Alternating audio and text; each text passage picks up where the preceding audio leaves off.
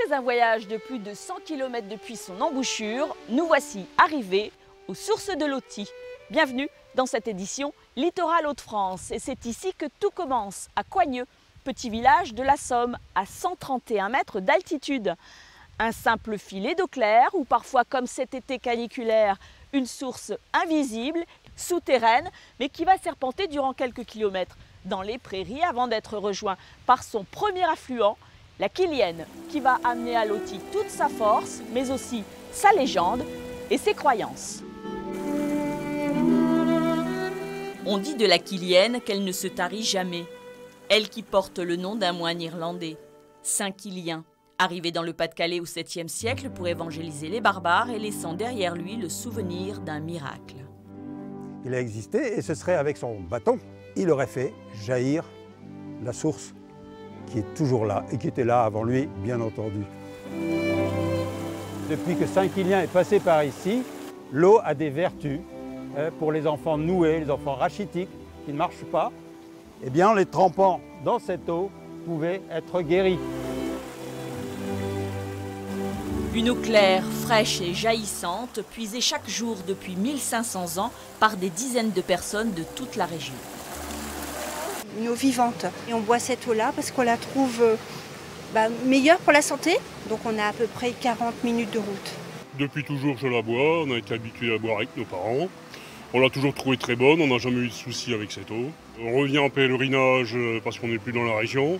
C'est la richesse de notre terroir. Et je venais enfant et j'habite plus dans la région. Du coup, je suis revenu à la Quilienne. Procession religieuse, baigneuse d'enfants, le village a tout connu. Aujourd'hui, c'est son maire, enfant du pays, qui veille sur Saint-Quilien, témoin du succès de cette eau pure mais non contrôlée. On me téléphone régulièrement pour connaître la qualité de l'eau. Alors ma réponse, elle est toute simple. On ne peut absolument pas faire de prélèvement, d'analyse d'eau de ce site, puisque on est sur un site privé. L'eau bouillonnante de la Quilienne rejoint la paisible eau de Loti à Thièvre, apportant avec elle son énergie et ses histoires.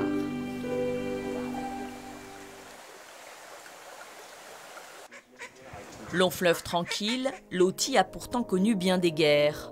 Frontière naturelle du royaume de France, elle est régulièrement franchie par les troupes espagnoles. Sur ses berges Doulan, qui pour se protéger construit de hauts remparts, aujourd'hui disparus, puis une importante citadelle, la plus vaste de France. Alors nous sommes à la confluence entre le fleuve de Loti et la rivière de la Grouche.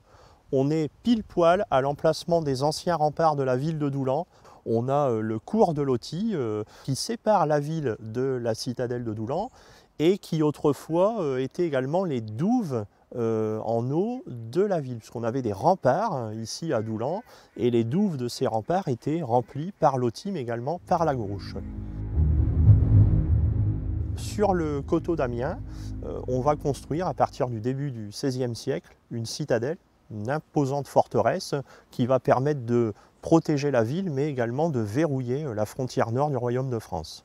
Alors la construction a été décidée par François Ier, roi de France. Alors forcément on est avant Vauban. Doulan est pris par les Espagnols quand même. En 1595, les Espagnols vont rester ici pendant 3 ans. Et c'est Henri IV qui va libérer la ville de Doulan juste après le siège d'Amiens. Et Henri IV va décider de moderniser la citadelle. Elle sera d'ailleurs encore agrandie sous le règne de Louis XIII et enfin de Louis XIV. Cette citadelle est d'ailleurs considérée par les spécialistes de l'architecture militaire comme la plus ancienne citadelle de France.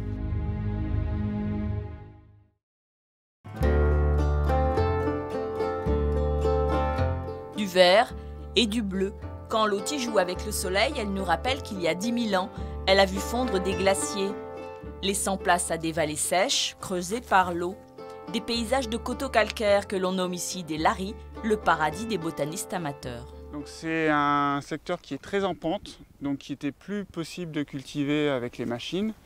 Et pendant des siècles, c'était pâturé et du coup des espèces particulières ont poussé sur ce lari, notamment comme c'est exposé sud avec une pente en plein soleil. Ça donne des espèces méditerranéennes qui poussent dans nos territoires. Et pour préserver ça, en fait, il fallait empêcher que les arbres poussent.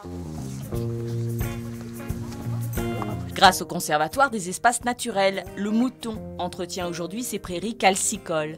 Petite réserve aux aires du sud gorgées de soleil où les insectes s'enivrent d'origan et partagent leur beauté avec la gentiane et le millepertuis cachés dans un tapis de carottes sauvages. C'est la clope. Ça fait joli.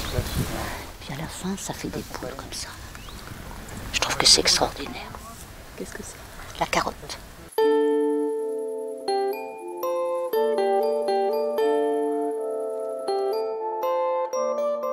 Alors du coup là vous avez ce qui reste en cette saison des orchidées. Donc c'est la tige florale. C'est probablement vu la taille une orchis pourpre.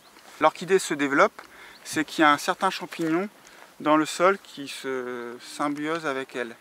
C'est ce qui fait que si vous cueillez une orchidée dans la nature et que vous la mettez dans votre jardin, bah, si le champignon est absent, votre orchidée elle est condamnée. Une balade dans les laris comme un voyage dans le sud et pas forcément très loin de chez nous. C'est la fin de cette édition. Notre voyage sur l'Authie est terminé, mais notre série à la découverte des fleuves côtiers continue. Merci de votre fidélité.